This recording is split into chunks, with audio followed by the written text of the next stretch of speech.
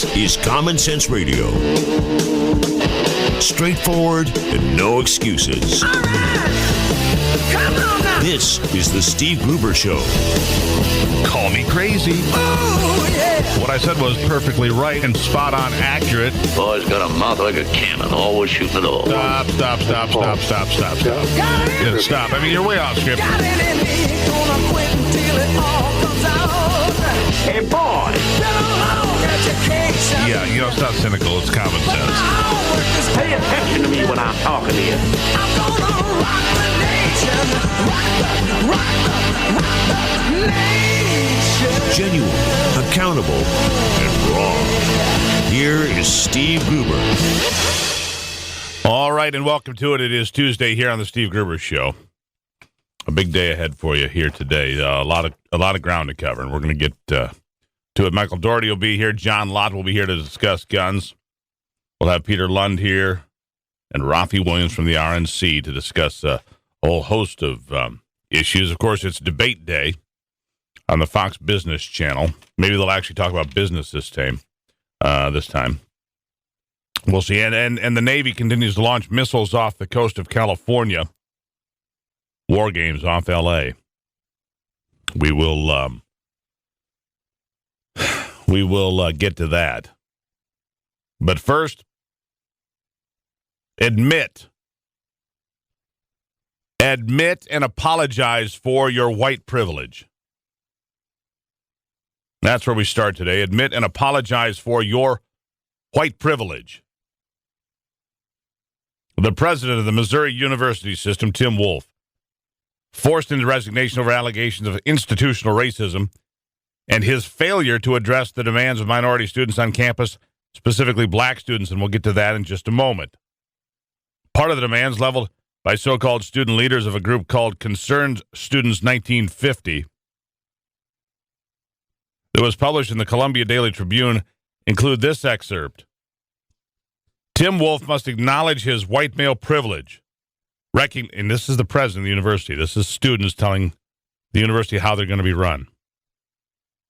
Tim Wolf must acknowledge his white male privilege, recognize that systems of oppression exist, and provide a verbal commitment to fulfilling Concerned Students 1950 demands. But that wasn't all. The group continued on with a series of demands, and yes, that is exactly what they are calling them. They went well beyond admitting so-called white privilege to include this. We demand that the University of Missouri create and enforce comprehensive racial awareness and inclusion curriculum throughout all campus departments and units, mandatory for all students, faculty, staff, and administration. The curriculum must be vetted, maintained, and overseen by a board comprised of students, staff, and faculty of color. I guess that white faculty, European faculty can have no input on the educational process at the University of Missouri.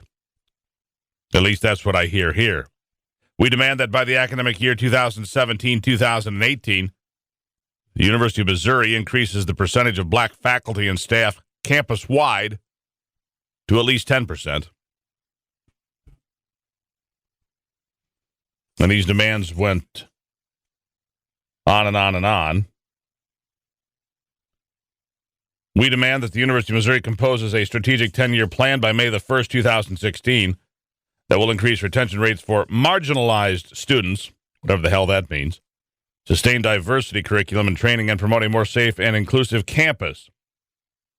We demand the University of Missouri increase funding, of course they do, and resources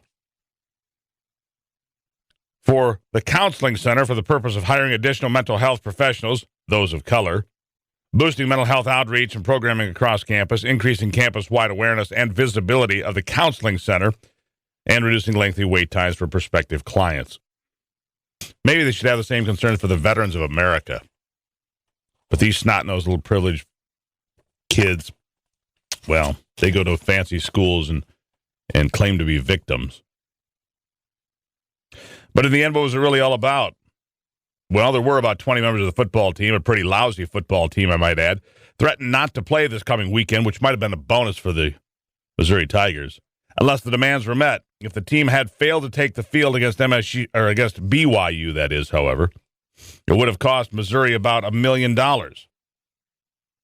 So guess what? The football coach quickly said he supported the players, and not long after, Tim Wolf resigned, and shortly thereafter, so did Chancellor R. Bowen Lofton. He will be gone by the end of the year. It seems the $1 million and spineless politically correct administrators are more important than doing the right thing. What is the right thing, you ask? Well, first of all, you do not negotiate with terrorists, and though that would be a stretch here, it is not a stretch to say that fringe elements on Missouri's campus are making its list of demands and crying out as victims of white privilege, and oppression certainly bullied the educators at Missouri to step aside. They should not have left. All they do by stepping aside is empower the next round of bullies to make more demands and attack anyone they don't agree with and force them to resign. For the record, one of the alleged transgressions of now former President Tim Wolf was not doing more about a swastika smeared with human fecal matter on a bathroom wall a few weeks ago. What exactly is the right course of action when one student, an unknown student I might add, puts his hands in, well, poop and smears it into a swastika on one wall of one bathroom on a massive campus? Should the president of the university have raced over with a bottle of Mr. Clean? Or is that just promoting gender bias? I mean, seriously, it was one incident in one bathroom. One. And to be honest, the guy likely woke up with a screaming hangover, semi-dried poop on his hands, and, sadly, under his fingernails. By the way, is there a singular racist connection between a swastika, whether it's made of poop or spray paint or anything else, to the black community? You see, I always thought that symbol was one of hatred toward many groups, but none more than those of the Jewish community. Maybe the entire message was misunderstood, and it had nothing to do with black students on campus. Isn't that possible? I have no idea. And my guess is the folks running around roughshod over the university system in the show-me state have no idea either, but it sure is convenient for the narrative being pushed by the extreme left in this country. It is the same group that would have you believe that all cops, including the black ones, are racist against people of color in this nation. The same group that would have you believe there is a war on women in America. The same group that would have you believe that you are a racist no matter what if you are born white. The same group that would have you believe that anybody white is a person of entitlement and privilege. I'm guessing they've never seen many pictures from poor parts of West Virginia or Kentucky or Pennsylvania. Just a guess. Make no mistake, the truth really is important and really isn't that interesting to those concerned with promoting the agenda that all people of color are victims in America. You see, today it seems the mob rules in Missouri. And sad, it's happened before. It's 14 after the hour. What are your thoughts? The hotline number is 888-900-9966. 888-900-9966. Welcome to it. It's the Steve Gruber Show.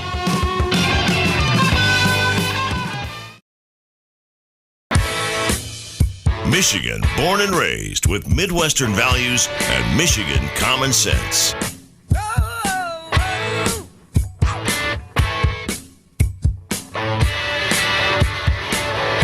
You know, and that's not quite all. When I say the mob rules in Missouri, I truly mean it. In fact, the mob is beginning to rule all over this country at other universities as well. This whole notion that you are a victim, if anybody says anything that you don't like, you are a victim. If you're subjected to somebody else's thoughts, if they contradict your own, you are a victim by being offended. Welcome, my victims, to the Steve Gruber Show. You will likely be offended from time to time. Deal with it or go away. I don't care. Do you remember the old saying? I've said it from time to time, but I remind you this day. I may not agree with a single word you say, but I will defend to the death your right to say it. You see, that's what the First Amendment of the Constitution of the United States of America is all about. Freedom of speech. Nothing is more hateful than the Ku Klux Klan marching in the streets. And yet in America, we must allow that. We must, in fact, rally around that, even though we don't agree with it at all. Because in America, the minority viewpoints must be observed. Things like pro-life must be respected, even by those that vehemently support abortion. You see, that's the way America works.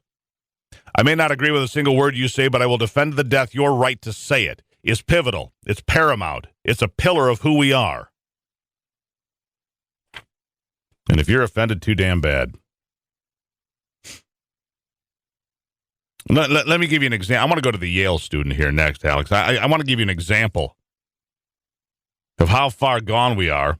There's a new video from Yale University where one of the school's professors, who they have, this group of students had gotten around him, like a big group, 30 or 40 students had gotten around this guy,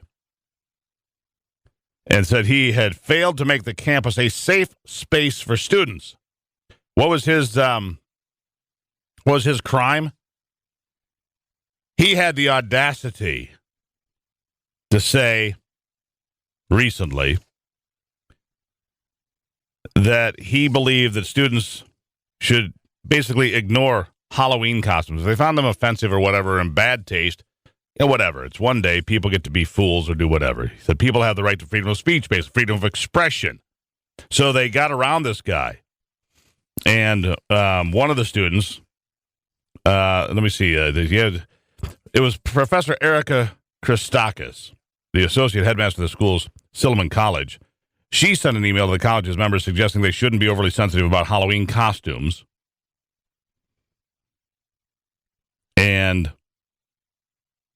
her husband supported her, Nicholas.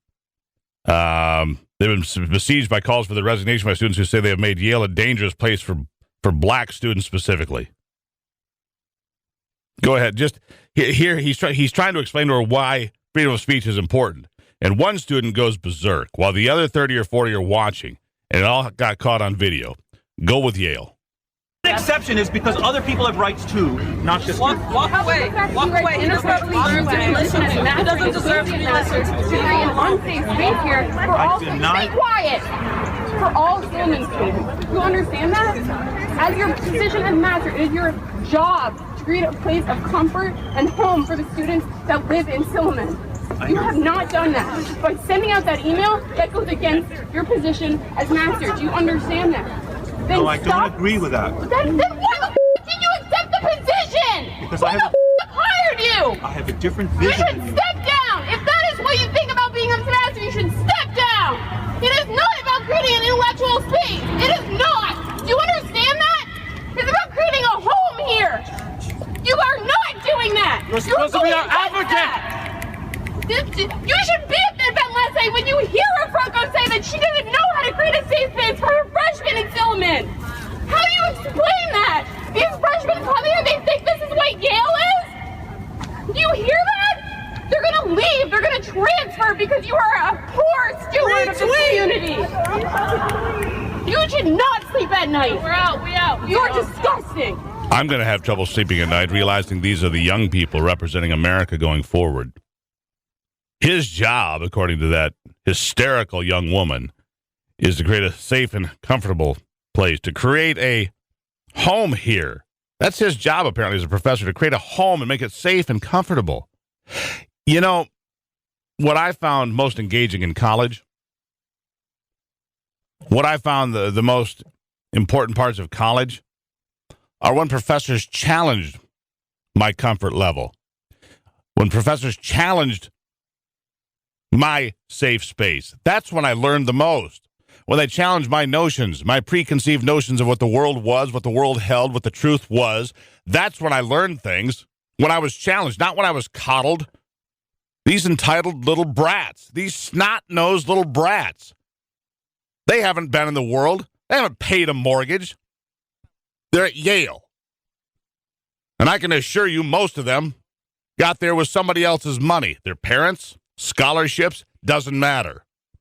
They're entitled little snot-nosed brats who have never contributed to society. They haven't paid rent, paid property tax, paid their fair share, quite frankly. And they want to wave their fingers in our faces and tell us how we need to do things to create for them a home, a safe and comfortable home for them. That is our job. My ass. My ass. Our job is to teach them something. It's like parents who want to be their best friends with their kids. That's not your job. Your job is to be a parent first. You can be friends, but your job is to be a parent first, and oftentimes that's unpopular. And being a professor is unpopular when you actually conduct yourself as a professor. We'll see how long it takes for Yale to cave in and do the Mizzou thing and collapse because you're spineless. Stand up, America. It's the Steve Gruber Show.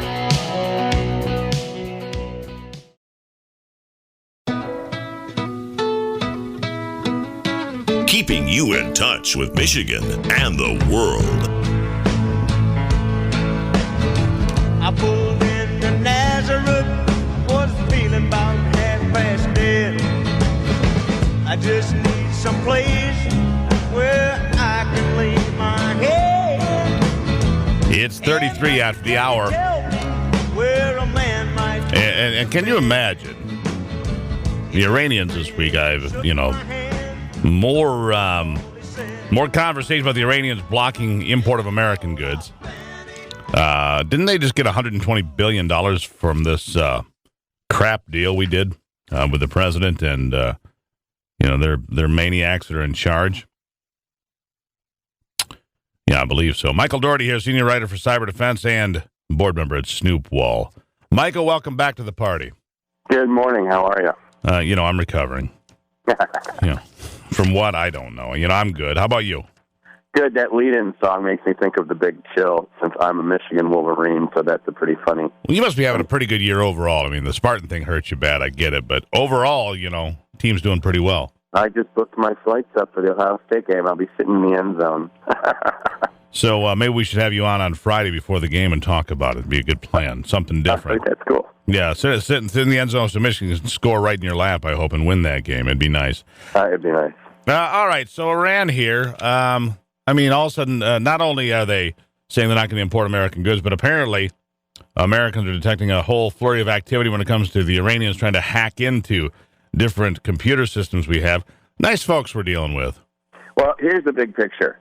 This is exactly why the fact that Hillary may or may not have leaked classified information is a red herring, bogus bunch of irrelevant crap. Because what they're hacking in is information to go get people that are spies.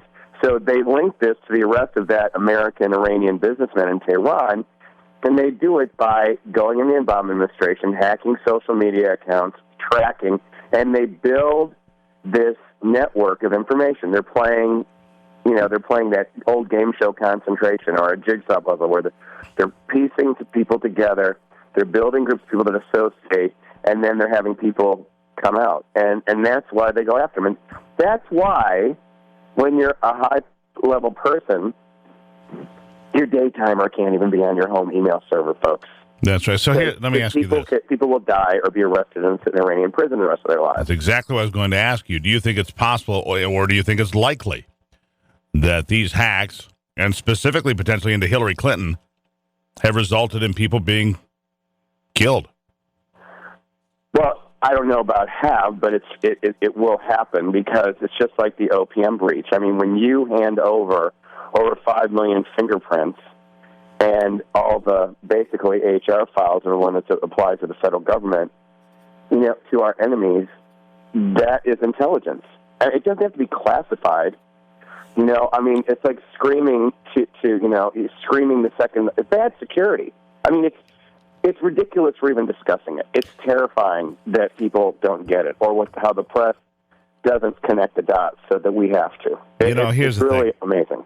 You use the term intelligence, in the same sentence with Hillary Clinton. Now, that I'm not sure about, but I know this. I don't know how smart she is, but she's as cunning as a street rat. I mean, that she is. She's cunning, and she's got guts, to play 5-card stud with a pair of deuces. I'm serious. And she wins these card games, and she'll have a stare down with people, and she beats them into submission. Oh, it's the same old thing. It's, coming after the Clintons. Oh, this is an old story. This is tired. Attack the messenger. Oh, this is old news. We've all been here before. You see, the playbook has never been replaced because the playbook has always worked. Well, it's up to us this time because we have the evidence. It really is. What is the phobia from the people on the left about people on the right that they'd rather elect a practiced sociopath and one that's so good they almost admire it, which reminds me of that line in that movie Aliens where the robot admires the purity of the alien. It's not okay. But, the knee-jerk response is, well, everybody lies. Well, they've been trying that on Ben Carson really hard, and quite frankly, if Ben Carson is lying, I'm concerned about that too. That's not okay with me.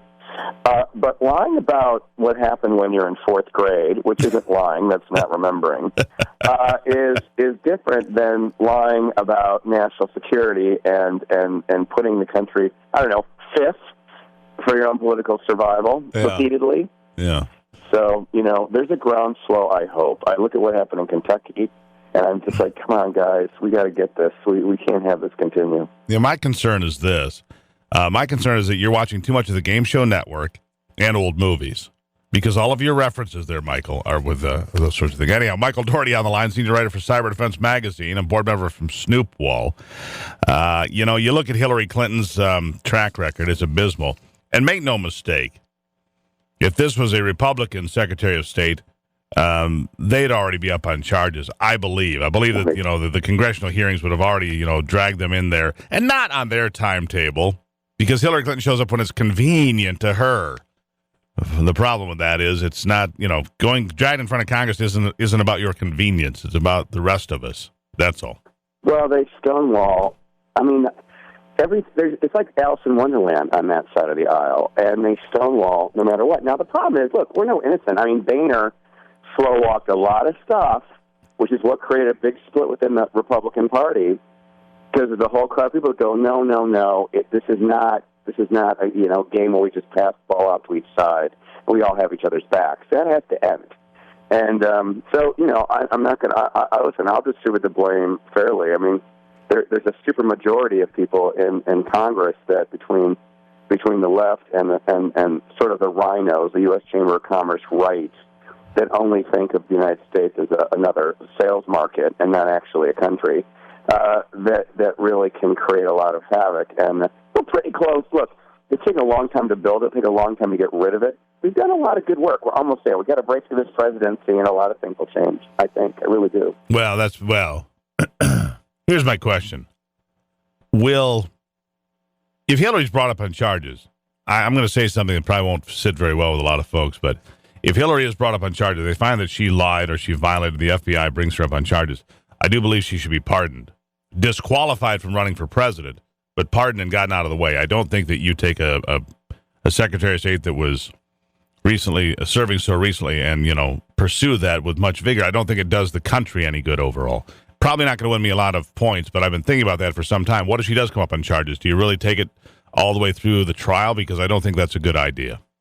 I don't think they will, and that's maybe why they're dragging it down the road. But the American people will be the ultimate deciders, and actually, they already have enough information to decide what happens in the future, even without trial. I mean, there's no one I know that objectively looks at this that thinks, oh, well, I actually got in a social media fight with someone when I wasn't thinking clearly about it 2 weeks ago. A lawyer, big surprise, who was like, well, there's been no charges levied. I said, really? There's no charges levied against Nixon either, last I recall. But you were dancing on that grave. And if we had media, people... How did he respond to that, just out of curiosity? I got 10 seconds here, but how did the genius on the other end of that respond to that? You're right. Nixon was never charged with anything. Oh, no. I was the fool. They just keep spinning. They live in an alternative universe. I use logic and truth. That was my first mistake. Michael Daugherty. It works here, though, my friend. It works here. All right. Can't wait to see you in time for the Michigan-Ohio State game. Michael Daugherty, senior writer, cyber defense, and board member at Snoop Ball. Always a pleasure. Good talking to you, man. We'll be back in just a moment right here on the Steve Gruber Show.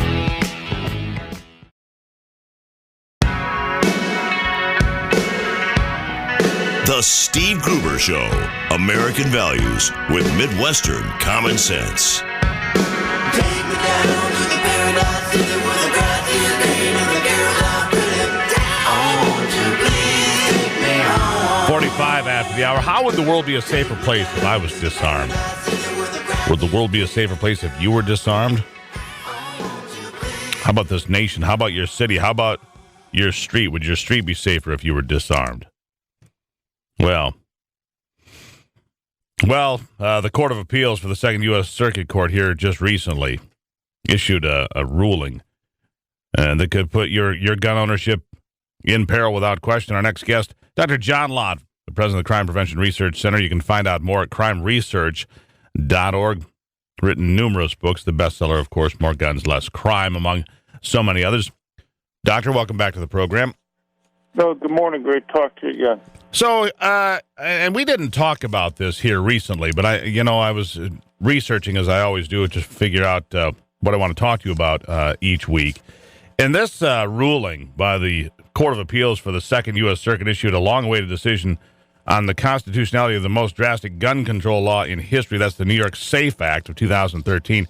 In effect, it said the Secure Ammunition and Firearms Enforcement Act was legal, and it is basically a total ban on AR-15s, AK-47s, M14s, the list goes on. And if I'm reading this right, upon the death of the owner, those rifles are no longer legal to be owned. You can't pass it on, you can't sell it. In effect, it becomes contraband. Am I reading this right?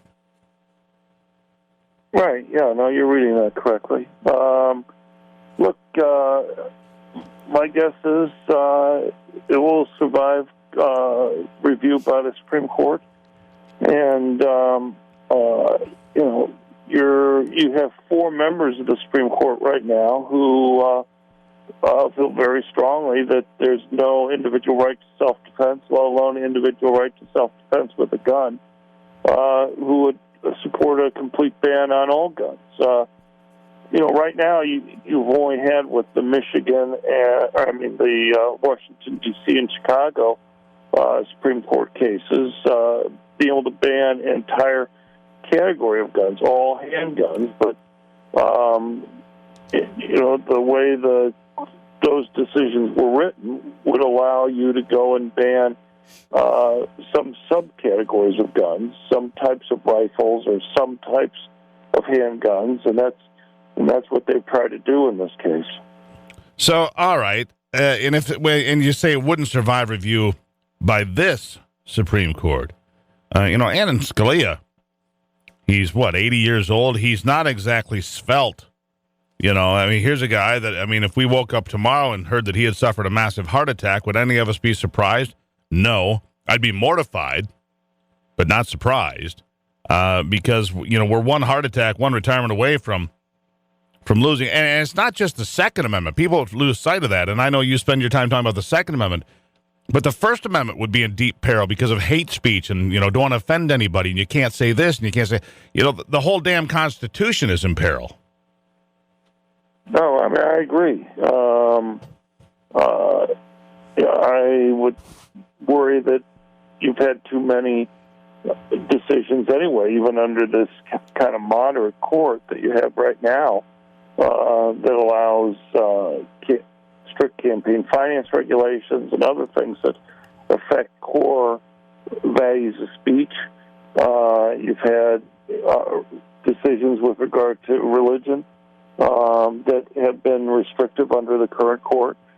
But you lose one of the either moderate or conservative 5 members that are there, and you're going to have 5 solid liberal members of the Supreme Court, and you're going to see a very dramatic change in terms of the rulings that we have.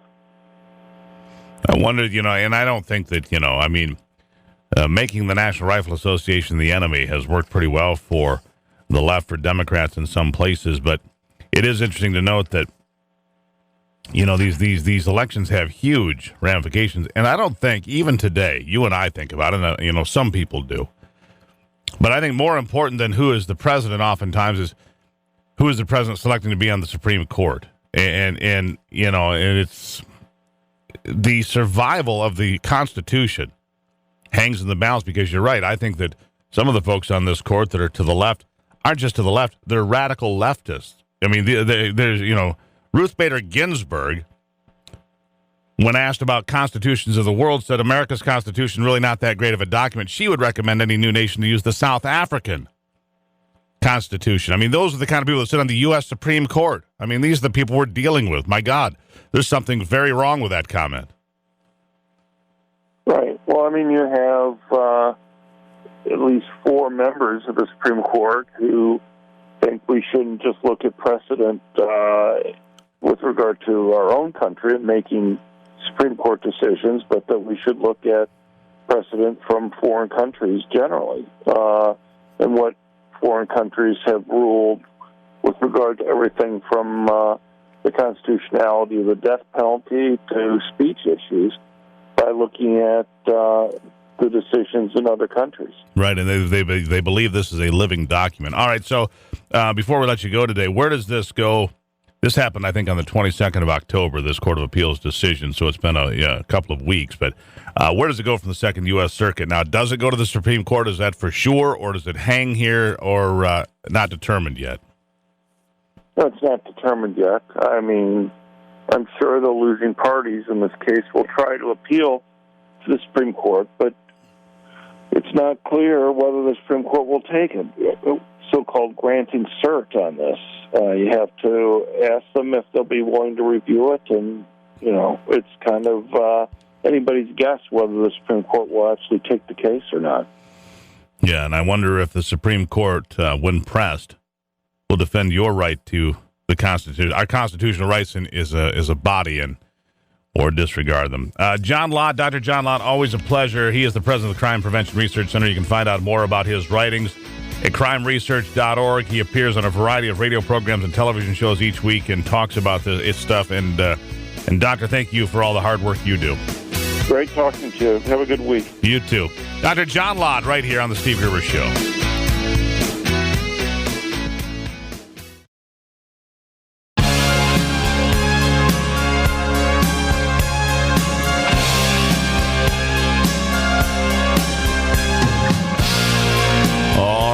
Welcome back to the Steve Gruber Show.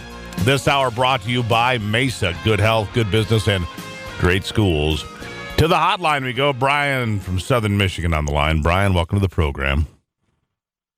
Good morning, Steve. I'm reminded of that commercial, I don't know if you've seen it or not, where you have these bratty kids throwing the phone down, stomping their feet and stuff. And that's how our culture is becoming. And the thing is the Bible says, do not spare the rod, and everybody's about sparing the rod and being the kid's friend. And then what happens is these kids grow up with no discipline in their life, and they become a monster, and no one can tell them what to do. And the thing is they need some equal force against their force, because they won't listen to logic, Steve. They're justice warriors, Brian. They're justice warriors.